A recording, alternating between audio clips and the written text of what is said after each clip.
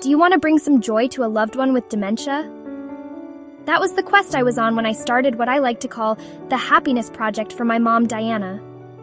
You see, my mom has always been this vibrant, joyful person, the kind of woman who could light up a room with her laugh. But as dementia took hold, it felt like that light dimmed. I knew I couldn't stop the disease, but I was determined to help her find those little moments of happiness wherever I could.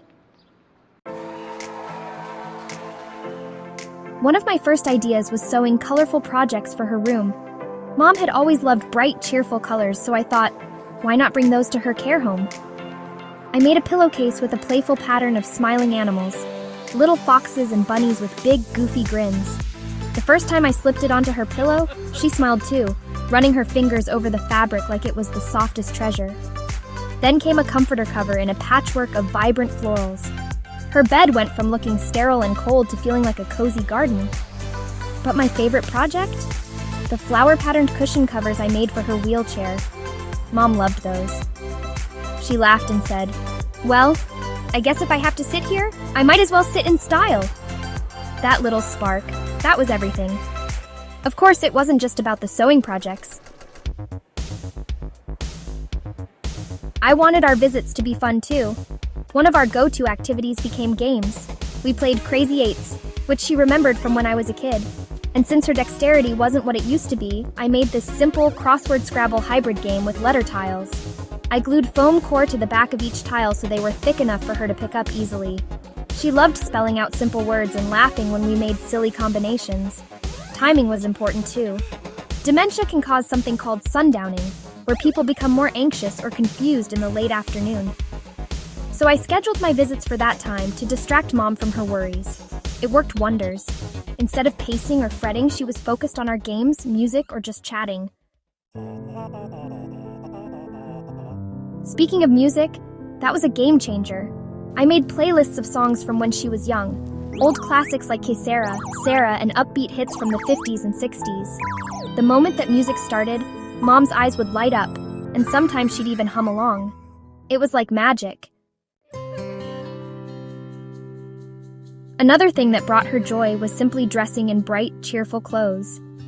I made sure to pick out tops and dresses in her favorite colors: sunny yellows, soft pinks, and calming blues. Seeing herself in the mirror wearing something cheerful seemed to lift her mood. Then there were the flowers. Oh, how Mom loved flowers. In the spring and summer, I'd bring fresh blooms from her garden, roses, daisies, whatever was in season. She'd hold them to her nose, close her eyes, and just breathe in the scent. It was like those flowers transported her back to a simpler, happier time. We even planted a raised garden at the care home. With the help of the staff, we set up a little plot filled with easy-to-grow plants, petunias, marigolds, and herbs like mint and basil. Mom loved visiting the garden, touching the leaves and smelling the fresh herbs. Food was another way I tried to bring happiness.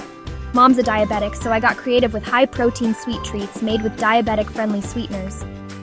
Little things like peanut butter bites or yogurt parfaits with sugar-free toppings became our special snacks. And then there was the photo album, a large print one filled with pictures from her life. Family vacations, holiday gatherings, and everyday moments. We'd sit together flipping through the pages, and even if she couldn't remember every name or place, she'd smile and say, "That looks like a happy day."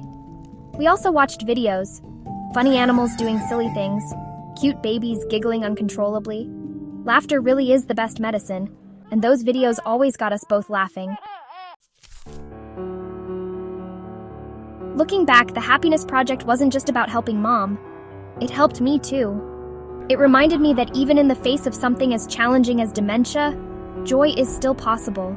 You just have to look for it, create it, and hold on to those precious moments when they come. So if you're on a similar journey with a loved one, I hope this story gives you some ideas, or at least some hope. Because trust me, those little sparks of happiness, they're worth everything.